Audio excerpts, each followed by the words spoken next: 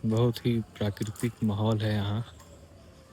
और इस प्राकृतिक माहौल में कुछ आगे पर बातचीत करेंगे। और यहाँ बहुत प्राकृतिक माहौल है। और आगे के रचना में प्रकृति बहुत आती है, अलग अलग ढंग से। उस पर कुछ आप बताइए। आगे जी के साहित्य में जो प्रेम और प्रकृति है, तो क्या ये नहीं लगता किसी को भी कि प्रेम और प्रकृति हर किसी के जीवन में ही है? और है दूसरा क्या?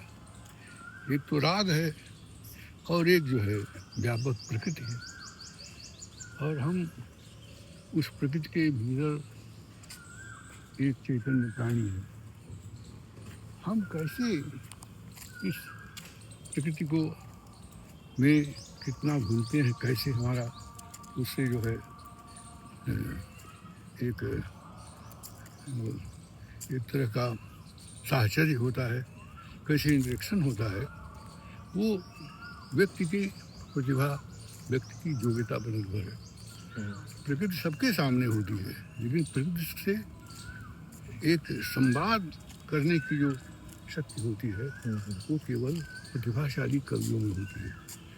जो कवि अपने परिवेश और प्रकृति के साथ आत्मीय रिश्ता बनाने, यहाँ तक कि वृक्षों से भी बातचीत करने की मानसिकता रखता है, वही व्यक्ति, वही कवि बड़ा कवि होता है। जितने भी आध्यात्मिक दृष्टि से भी जो दुनिया को, संसार को कोई कोई जड़ नहीं मानते हैं, कोई ऐसी पदार्थ नहीं मानते हैं, चैतन्य मानते हैं, वे ही महान कवि हुए हैं।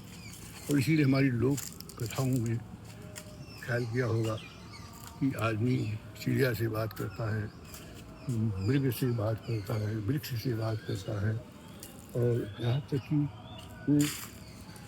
वो किसी भक्त ने लिखा है कि परमात्मा ऐसी और प्रकृति ऐसी व्यापक चीज़ है, तो चींटी के पैरों में भी अगर घूर लगा है तो उसके साथ जो संगीत पैदा होता है उसे प्रकृति सुनती है, उसका पति परमात्मा सुनता है।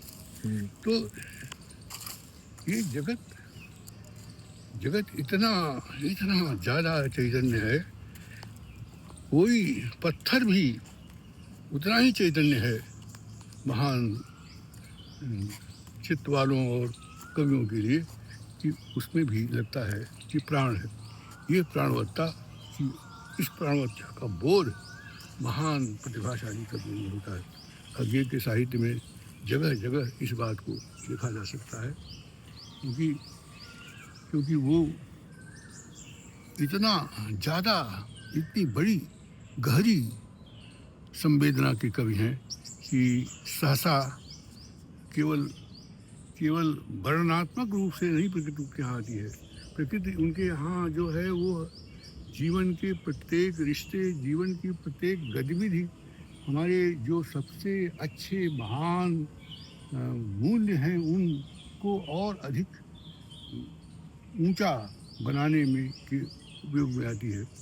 उनके लिए नदी, पर्वत, झरने, फूल, पशु पक्षी, सबकी जो गतिविधियाँ हैं, उन गतिविधियों के प्रति वे बड़े ही कौतुक भाव से, बड़ी लीला भाव से, बहुत बड़ी जिज्ञासा के साथ उसको देखते हैं। वह न तो किसी को छोटा मानते हैं, न किसी को बड़ा मानते हैं, न कोई वह भेद करते हैं। ये जो ऋषियों की मानसिकता होती है, संतों की मानसिकता जो होती है, जिसमें चर अचर, जलचर नवचर, वे सब के प्रति जो एक राग भाव है, जैसा उनके अंदर होता है वैसे ही आगे में। देखने में तो वे व्यक्ति एक सांसारिक व्यक्ति थे, लेकिन भौतिक उन्होंने जीवन में बम भी बनाया, क्रांतिकारी भी रहे, वे घुमक्कड़ भी थे।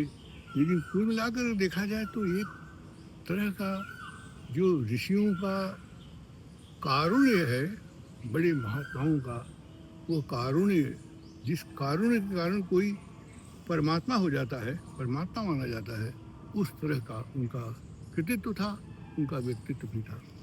तो अज्ञेय कोई सामान्य कवि नहीं है और उनके प्रत्येक आचरण में एक प्रकार की एक आभिजात्य है।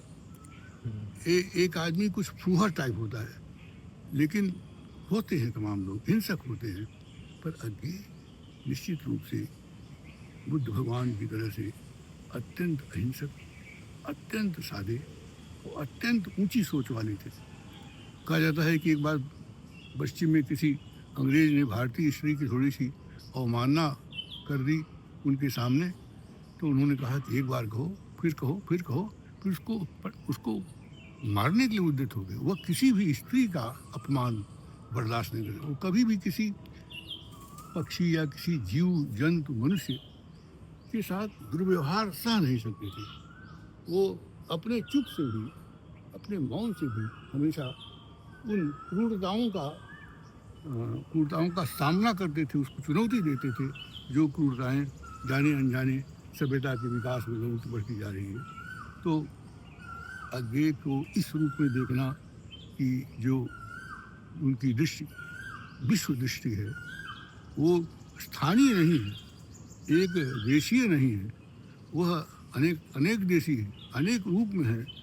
इतना उन्होंने पर्यटन किया, इतना वे जगह जगह गए और जिस तरह से हर दृश्यमान जगत के भीतर गहरे बैठ करके एक प्रकार की सबके साथ जो जुड़ाव है, जो महान मूल्य हैं, जो पवित्र से पवित्र प्रेम है, उस प्रेम का दिग्दर्शन अपने साहित्य में उन्होंने कराया है।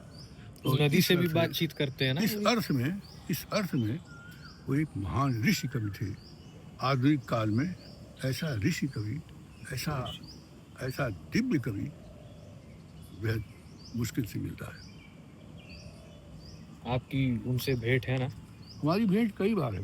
एक बार तो विश्वनाथ तिवारी के घर आए थे, तो मैं भी वहाँ था। गलती से वो तिवारी जी ने मेरा परिचय कराया, कहा कि ये फलाने जी हैं और सूफी हैं। तो उनको शायद तिवारी पता नहीं था, तो उन्होंने कहा मैं इनको जानता हूँ। असल में जानते क्या थे, हम एमए में थे, तो मैंने एक कविता भेजी थी उनको छापने के लिए प्रतीक में, तो हम पेड़ों के बीच। तो उसमें उन्होंने हमको लौटती डाक से लिखा कि इसमें एक शब्द में बदलना चाहता हूँ, आपकी अनुमति है। देखिए बड़े आदमी थे कि एक छोटे से लड़के कवि से ये पूछ रहे हैं कि ये शब्द बदलना चाहता हूँ मैं। तो मैंने कहा कि आप बदल लें। ये बड़प्पन उनका था कि किसी को छोटा नहीं मानते थे। उसके नाते हम हमारे नाम तो जानते ही थे। तो उन्होंने कुछ कहा नहीं विश्वनाथ जी की इस तंज पर कि ये सूफी कवि हैं, हंसी में विनोद में। उनका तिवारी जी सूफी होना बड़ी बात है। और फिर एक बार बस्ती में कुछ आयोजन था, पहले आ गए थे, तो मुझसे मेरे से भेंट हो गई पहले ही। उनका कि अभी मैं कार्यक्रम स्थल पर नहीं जाऊँगा, आप चलिए रिक्शे में, मैं बस्ती घूमना चाहता हूँ। अच्छा। तो रिक्शे में बैठ गए हमारे साथ और पक्के पर गुजरते हुए जब लोगों ने सुना, उधर के डिग्री कॉलेज के लोगों ने, वहाँ के स्थानीय कवियों ने, तो आए, सब घेर लिया उन्होंने पक्के पर और कहा कि हमसे कहने लगी, उनसे कहिए कि एक फ़ोटो हो जाए। तो मैंने सब कुछ चाहते हुए कहा भी, तो उन्होंने मना कर दिया। फिर उन्होंने कहने लगे हमको बुला कर दीजिए। तो हमने कहा कि फिर कहा तो कहा, उन्होंने कहा कि उनकी इन लोगों की बड़ी इच्छा है कि फ़ोटो आपके साथ हो जाए। उन्होंने एक वाक्य कहा, उनकी इच्छा हो सकती है, जाहिर है इसका मतलब है कि मेरी नहीं। इस तरह के वो प्रचार प्रसार और या क्या कहते हैं, बहुत ज़्यादा वोकल नहीं थे और बहुत ही एकांत से भी थे। इसीलिए उनके बारे में कई आलोचकों ने कहा कि उनके भीतर जो साहित्य है वो अकेलेपन का वैभव है। अकेलापन बहुत बड़ी चीज़ है। जैसे जैसे मनुष्य की चेतना बहुत गहरी होती जाती है, वह अच्छा, यही इसी अकेलेपन पे लोगों ने उन्हें तिवारी कह दिया। हाँ, और ये भी कहा कि वो सामाजिक नहीं है। सामाजिक नहीं। लेकिन व्यक्तित्व तो अपना संभाले रहना, अपने को थोड़ा इस बहुत क्षुद्र प्रकार के लोगों के बीच में न होना, न रखना, ये कोई गैर सामाजिक होना नहीं, बल्कि समाज में और सार्थक ढंग से अपनी उपस्थिति को दर्ज कराना है। सही। तो अज्ञे की विशेषता थी, तो वही उन्होंने कहा ना कि उसका मैं कई बार साक्षी भी रहा हूँ। हाँ हाँ, वही उन्होंने कहा ना कि ये दीप अकेला स्नेह भरा, तो हाँ। दीप तो प्रकाश का ही हाँ, प्रतीक लेकिन है। यह कि हम वो पंक्ति को देना स्वयं समर्पित हो जाए वो ठीक है। हाँ। लेकिन जबरदस्ती मुझे पंक्ति में ले लेना, जबरदस्ती मुझे समाज से जोड़ना, हाँ हाँ, ये हमारे साथ अन्याय है और उन लोगों के साथ भी अन्याय है जो समाज के लोग हैं। तो हम अपनी इच्छा से, अपने भाव से लोगों से जुड़े हैं, ये ठीक है। लेकिन मैं जबरदस्ती कोई लाइन में खड़ा करे और एक तरह से व्यवहार करे, इस तरह की मानसिकता उनकी सामाजिक नहीं थी। हाँ हाँ, और थोड़ा अलग रखकर समाज को देखना चाहते हैं। और वो कहा करते थे, बल्कि इलियट भी कहा करता था कि हम जो भोग रहे हैं उसकी अभिव्यक्ति करने के लिए थोड़ा सा तटस्थ होना पड़ेगा, थोड़ा अपने को निर्वैयक्तिकता दूर करना पड़ेगा, कुछ निर्वैयक्तिक होना पड़ेगा, तभी रचना अच्छी हो सकती है। क्योंकि गुत्थम गुत्था अगर हैं उसी भीड़ तंत्र में, अब उसी में रह जाएंगे, उसी में रह जाएंगे हम, बड़ी ऊपर- रचना नहीं कर हाँ, पाएंगे। तब वह कर्दम पैदा होगा, जिस ऐसा चीज पैदा होगा जिस कर्दम में कभी ज्ञान का, अमृत का या गहन उच्चतर चेतना का कमल खिलता है। अच्छा, गे का जो प्रेम है वो कितना विकराल लोग के भी बहुत मतलब एक तरह जो हाइपोथेसिस मानी जाती है, परिकल्पनाएं की जाती हैं प्रेम की कितना ऊंचा हो सकता है, उनकी कविताओं में ऐसा तो दिखता है। हाँ, सामान्य तौर पे जो प्रेम होता है वो दैहिक है और आकर्षण वाला हाँ, प्रेम, लेकिन उनका प्रेम कितना बड़ा है। वह प्रेम जो है, ऐसे समझो कि शास्त्र में भी कहा गया है कि काम पर से ये दुनिया पैदा हुई है और उस काम के दो स्त्रियां हैं, रति और प्रीति। रति और प्रीति, रति का जो उच्चतम स्वरूप है वो प्रीति है। रति तो देह के आकर्षण तक रहती है, स्वार्थ के नाते वो जो लगाव होता है। लेकिन प्रीति ऐसी होती है जिस प्रीति में प्रेमास्पद का सुख ही प्रेमी का सुख बन जाता है। उसका वो दूर हो या नजदीक हो, वो वहाँ कोई लालच नहीं है, वहाँ कोई स्वार्थ नहीं है, मुक्त होना। तो वहाँ प्रेमी की भी मुक्ति है और प्रेमास्पद की मुक्ति हो जाती है। जिस प्रेम में दोनों की मुक्ति हो जाए, प्रेमी की भी प्रेमास्पद की भी, उस तरह की मुक्ति की, उस प्रकार की स्वतंत्रता की प्रेम की हिमायती थे।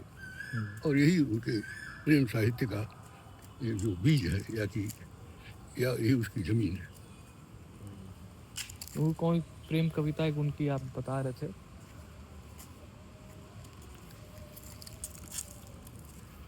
बहुत सी कविताएं हैं जिसमें प्रेम की अभिव्यक्ति हुई है।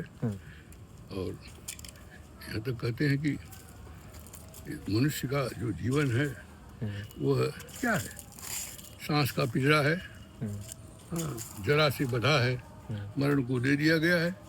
लेकिन प्रेम ही है जो वो कभी भी इस जरा मरण के बंधन से मुक्त करता है। क्योंकि प्रेम में न जरा है न मरण है। देह में जन्म और मरण हो सकता है, लेकिन प्रेम तो नित्य है, अमृत है, वहाँ स्वतंत्रता है, वहाँ एक ऐसा प्रकाश है जो प्रकाश कभी भी किसी तरह से कलुषित नहीं होता है। ये कविताएं हमको लगता है कि सब समाज को बहुत बड़ा मूल्य देने की चेष्टा है और सफल चेष्टा है। क्योंकि इतने बड़े मूल्य के लिए बहुत ही आंतरिक किसी रचनाकार को संघर्ष करना पड़ता है और अपने जीवन में गुजारना पड़ता है। जब तक उसके जीवन में नहीं उतरेगा, जब तक वह बहुत सारी क्षुद्रताओं से मुक्त नहीं होगा, तब तक वह श्रेष्ठ प्रेम की अभिव्यक्ति कर ही नहीं सकता है। अच्छा, वो जो कबीर का एक वो दोहा है ना जिसमें शीश उतारे भूमि धरे हम्म सो बैठी माई, तो कबीर में तो झुकना है, हम्म। लेकिन अज्ञे में हमको नहीं लगता झुकने की कोई बात। अज्ञे खुद ही एक बड़े भारी व्यक्तित्व के आदमी थे। झुकना हमेशा छोटा होना नहीं होता है। हम्म, जो झुकता है हम्म, वह विनम्र होता है, वह न झुकने वाले हठी से ज़्यादा बड़ा होता है। हम्म, इसीलिए कहा गया है कि जो पराक्रम विनोह हंति, हम्म, पराक्रम को जो विनय है वो खत्म कर देता है। विनय पराक्रम से बड़ी चीज है। हम्म, बड़ा से बड़ा पराक्रमी एक विनयशील व्यक्ति के सामने बौना दिखता है। गांधी जी का दर्शन क्या है?